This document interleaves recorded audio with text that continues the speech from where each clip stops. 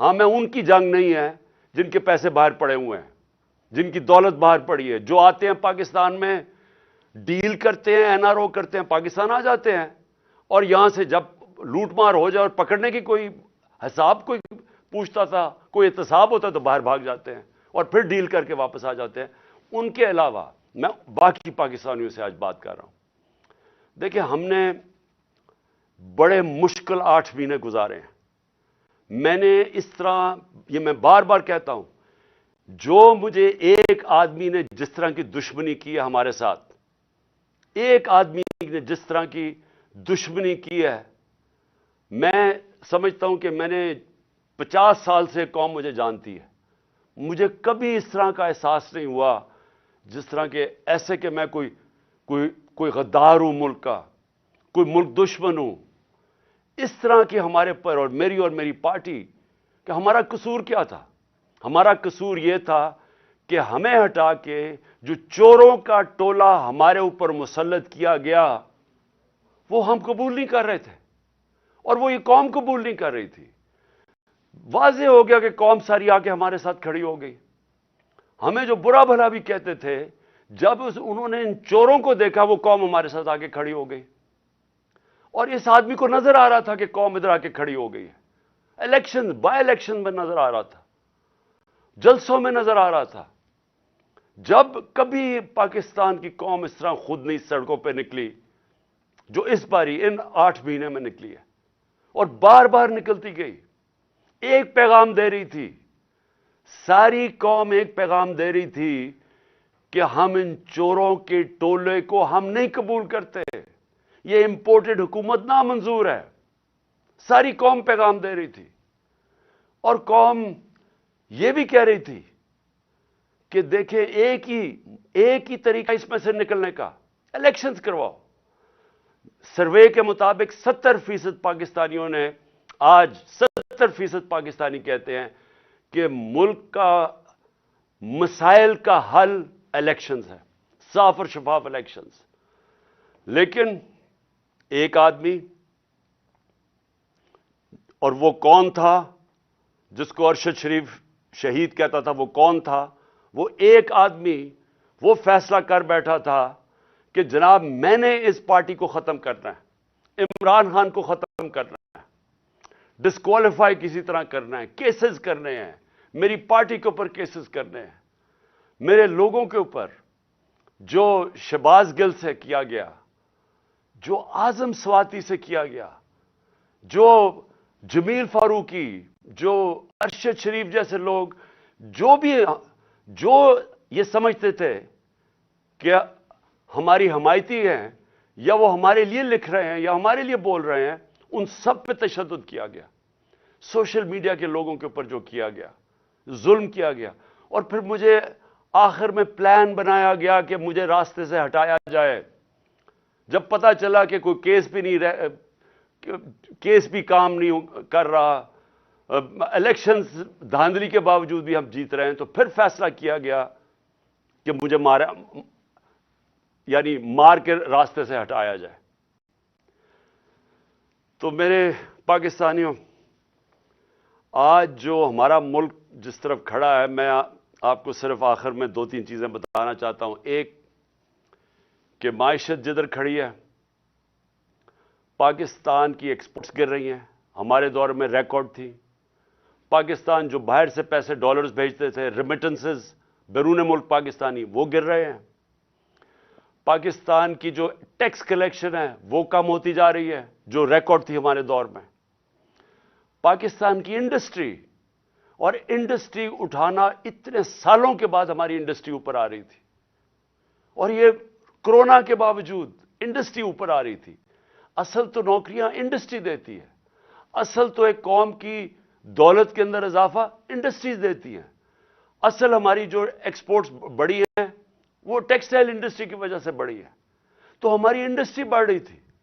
آج ہماری industry zero سے نیچے چلی گئی ہے، آج فیکٹریاں بند ہو رہی ہیں، آج مزدور بے روزگار ہو رہے ہیں۔ آج جب آپ کی ایکسپورٹس اور ریمیٹنسز جب گرنی شروع ہوتی ہیں تو ڈالر کم آ رہے ہیں، لیکن ڈالر کے قرضے بڑھتے جا رہے ہیں، اور آج ہمارے پاس خوف ہے کہ ہماری اب قرضوں کی قسطیں ادا کرنے کے لیے ہمارے پاس ڈالر نہیں ہے. آج ایل سیز نہیں کھل رہی, امپورٹس روکی ہوئی ہیں, اور آگے کوئی روشنی نہیں نظر آ رہی. آگے کسی طبقے کو کوئی روشنی نہیں نظر آ رہی. امید ختم ہو گئی ہے پاکستان میں. 7.5 لاکھ پاکستانی ملک چھوڑ کے چلے گئے ہیں پچھلے چند مہینے میں. جبل علی کے مینیجر بتا رہے تھے کہ 7 مہینے میں جو پاکستانیوں کو نے انویسٹمنٹ کی ہے جبل علی کی انڈسٹریل اسٹیٹ میں, وہ 10 سال میں نہیں کی. لوگوں کو امید ختم ہو رہی ہے پاکستان میں, اور یہ سب سے خطرناک چیز ہے. ایک جب قوم میں امید ختم ہو جائے تو وہ پھر پھٹتی ہے قوم. اور یہ کیونکہ سارے تو نہیں باہر جا سکتے, تو مجھے جو اس وقت میں اپنی ساری جو پھر سے میں بات کرتا ہوں, میں سارے اداروں سے بات کر رہا ہوں, ہر طبقے سے بات کر رہا ہوں, مجھے جو اس وقت کہنا ہے وہ یہ کہ دیکھیں,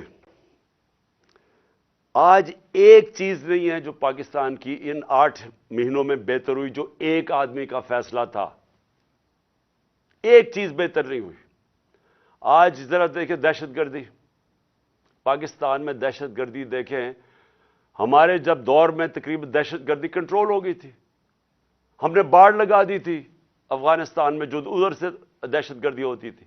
پھر جب گورنمنٹ بدلی تو ہماری نئی حکومت سے سب سے بہترین تعلقات تھے افغانستان میں.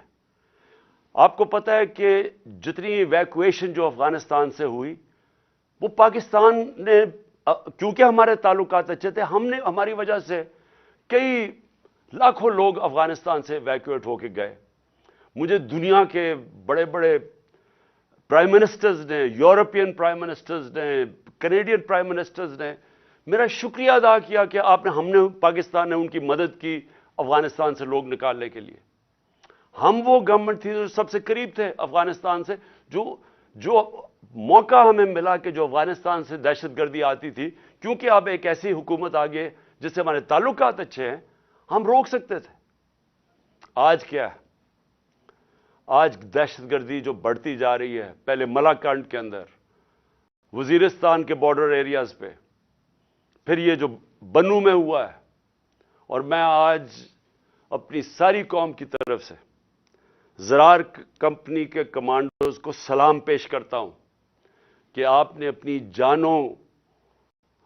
جان کی پرواہ نہیں کی ہماری حفاظت کرنے کے لیے. لیکن میں سوال یہ پوچھتا ہوں کہ کدھر ہے ہماری فارن پالیسی؟ جو فارن منسٹر بنایا گیا ہے وہ اب تک 2.25 ارب روپیہ خرچ کر چکے اپنے دوروں پہ. مجھے بتایا اس کا پاکستان کو کیا فائدہ ہوا؟ 2.25 ارب روپیہ خرچ کر چکے اور ابھی تک افغانستان نہیں گیا. ہمیں تو سب سے زیادہ ضرورت ہے کہ ہمارے افغانستان سے تعلقات ٹھیک ہوں, تاکہ یہ جو اب مسئلے مسائل آ رہے ہیں, ہماری دہشت گردی ہے, جتنے ہمارے اچھے تعلقات ہوں گے اتنی بہتر چانس ہے کہ ہم دہشت گردی کو پر قابو پا لیں.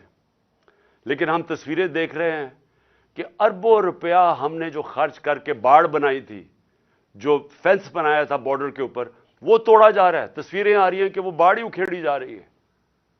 تو کدھر ہے ہماری فارن پالیسی؟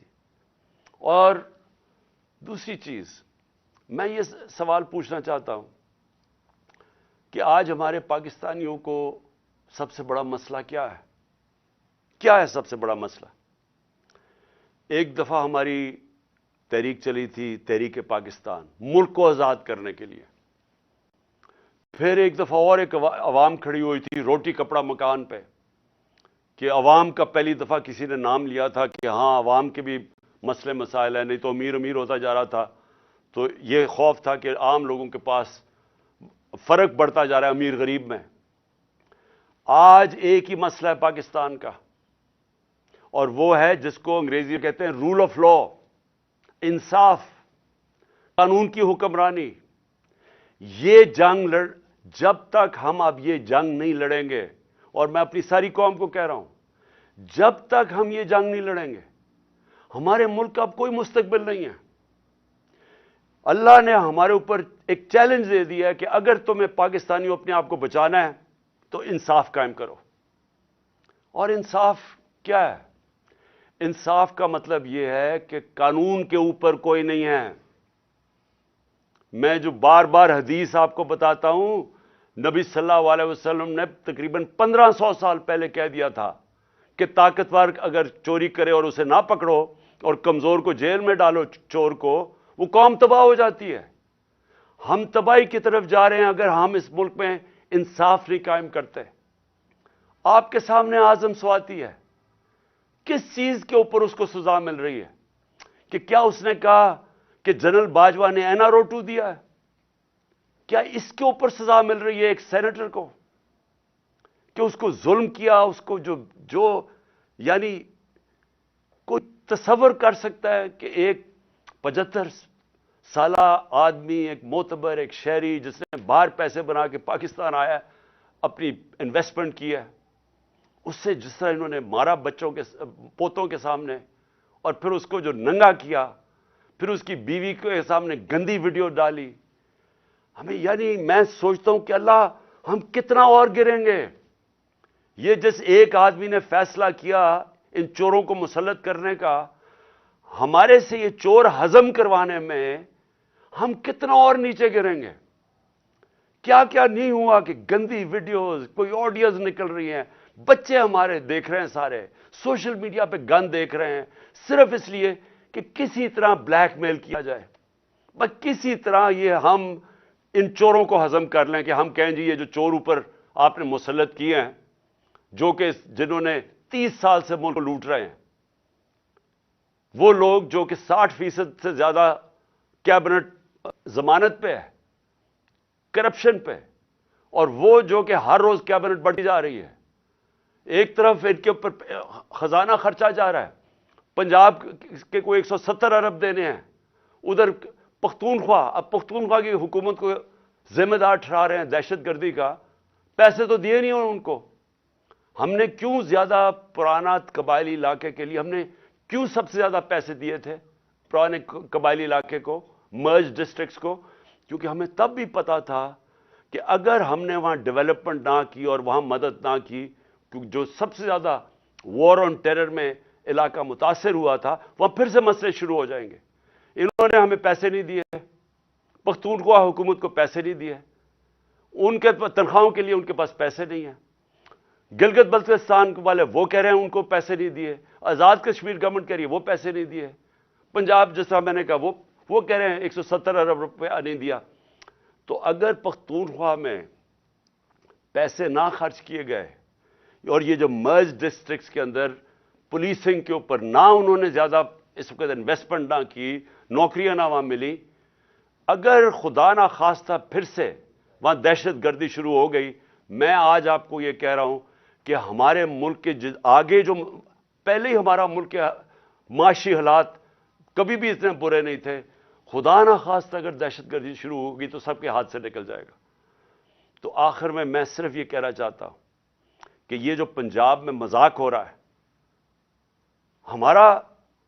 ہم اپنی حکومت سے ڈیزالو کر رہے ہیں، یہ ہمارا آئینی حق کیا کہ ہم الیکشنز کروائیں؟ کیوں ڈر رہی ہیں الیکشن سے؟